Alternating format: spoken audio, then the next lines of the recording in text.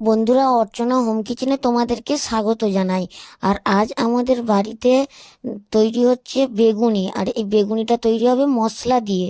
তো মশলা বেগুনি তৈরি করার জন্য আমাদের বাড়িতে বেগুনগুলো কেটে নেওয়া বেগুনগুলো কেটে নিয়ে বেগুনে মশলা মাখিয়ে, লঙ্কা মাখিয়ে, আর এটা বেসনটা ভালো করে ফেটে, যেহেতু বেসনটা ভালো করে ফাটতে হয়, ফেটে তারপরে বেগুনি তৈরি করা হচ্ছে। তো বেগুনিগুলো হালকা করে ভেজে তুলে রাখা হচ্ছে। তারপরে আবারও বেগুনি ছাড়া হচ্ছে।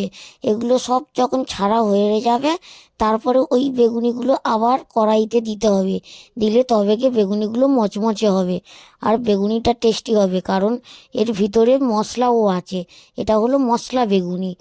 আর আজ আমাদের বাড়িতে রাস পূর্ণিমা, সেই জন্য আজ সন্ধ্যায় আমাদের বাড়িতে বেগুনি হচ্ছে মুড়ি খাওয়ার জন্য। তো আজ রাস পূর্ণিমা। তো দেখো, বেগুনিগুলো আমাদের সব ভাজা হয়ে গেছে। আর সেই বেগুনিগুলো যেগুলো ছিল, ওগুলো হালকা ভাজা, ওগুলো আবার দেয়া হলো। এগুলো দিলে খুব মচমচে হয়, দ্বিতীয়বার করে ভাজতে হয়। তো আমাদের বেগুনিগুলো ভাজা হয়ে গেছে। আর বেগুনি ভাজার পরে আমরা এবারে পুরো একদম যেগুলো আছে, আবারও কিছু আছে, সেইগুলো তোমাদেরকে দেখাচ্ছি। দেখো, এই দেখো, এই বেগুনিগুলো এইরকম করে হালকা করে ভেজে আমরা রেখে দিয়েছিলাম। কারণ হালকা ভেজে রেখে দিলে